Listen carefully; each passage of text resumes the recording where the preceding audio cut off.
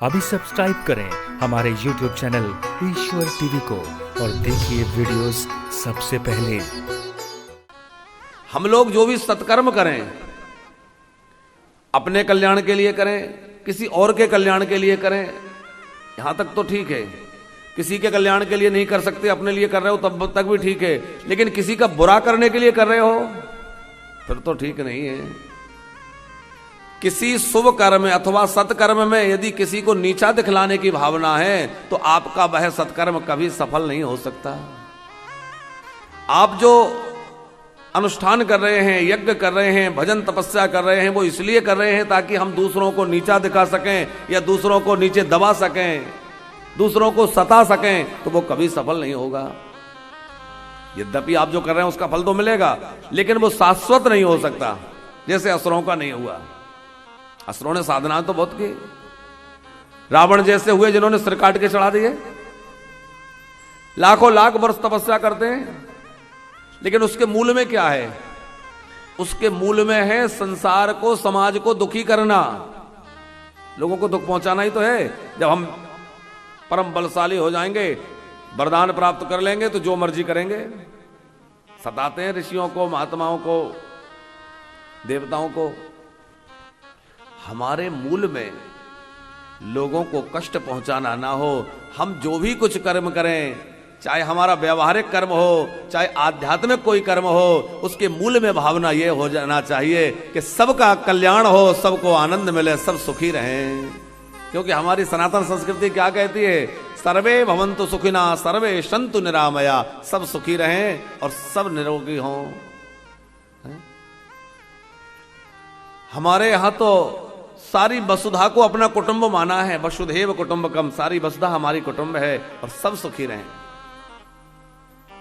भैया,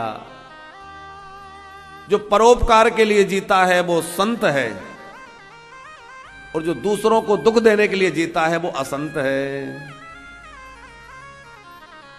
संत और असंत की यही परिभाषा है कि संत जो है वो दूसरों को, समाज को सुखी करने के लिए, समाज को कुछ देने के लिए लगा रहता है। और असंत, असुर कौन है? जो हमेशा अपना सोचे, लोगों को पीड़ित करे और उनका शोषण करके अपने आप में पुष्ट होना चाहे। हम कई बार कहते हैं भैया अपने लिए जिए तो क्या जिए, अरे अपने लिए तो पशु भी जीते हैं, लेकिन भगवान ने हमें मनुष्य बनाया है। इतनी योग्यता जो कुछ भी हमें ठाकुर जी ने दे रखी है, उसका सदुपयोग हम समाज के कल्याण में करें, लोगों के भले के लिए करें। पुंडरीक जी हम कई बार कथाओं में कहते हैं कि आजकल जो भोजन चल रहा है, शादी विवाह होता है बेटा बेटी का, तो इतना भोजन फेंक जाता है जितने भोजन से हजारों लोगों की भूख मिटाई जा सकती है। एक एक शादी में इतना फेंक जाता है जिसको सैकड़ों लोग खा सकते हैं। कितना भोजन नष्ट होता है। अन्न का एक एक कण कितना महत्वपूर्ण है भैया। और अन्न तो ब्रह्म कहा गया है, लेकिन वो अन्न बर्बाद किया जाता है। और फैशन और दिखावे के नाम पर हम लोग कितना खर्च करते हैं। 50 लाख की शादी भी छोटी लगती है। अरे हम तो 50 ही लगा पाए, वो अमुक के यहां शादी हुई, उसने तो 1.5 करोड़ 3 करोड़ खर्च किया है। उसकी कोई सीमा नहीं है। करिए, आप अपने लोगों को खिलाइए, दीजिए, पर इतना ध्यान रखिए कि बर्बाद ना हो, उसमें से थोड़ा बचाइए और सेवा के कार्यों में लगाइए। जहां दीनहीन दिखें, जहां आवश्यकता लगती हो, आप वहां लगाइए। ऐसा नहीं कि यहां भेज दीजिए, जहां आपको उचित लगता है। किसी गरीब की कन्या का विवाह कर दो। आप अपने बेटी की विवाह में 50 लाख रुपए खर्च कर रहे हो, उसमें आप 25 में 30 में काम चला लो।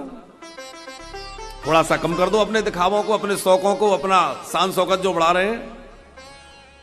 और किसी गरीब की बेटी में आपने 1-2 लाख खर्च करके भी उसकी बेटी का विवाह कर दिया, तो भैया आपका हृदय इतना प्रसन्न हो जाएगा और आपका मालिक आपसे इतना प्रसन्न हो जाएगा कि आपको क्या कहें।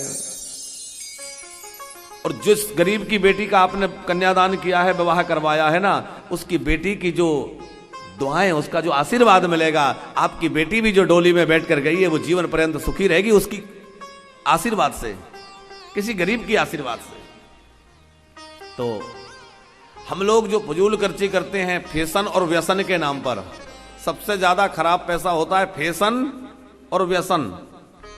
तो फैशन और व्यसन से बचा करके और हम लोग कहीं अच्छे कार्य में लगाएं।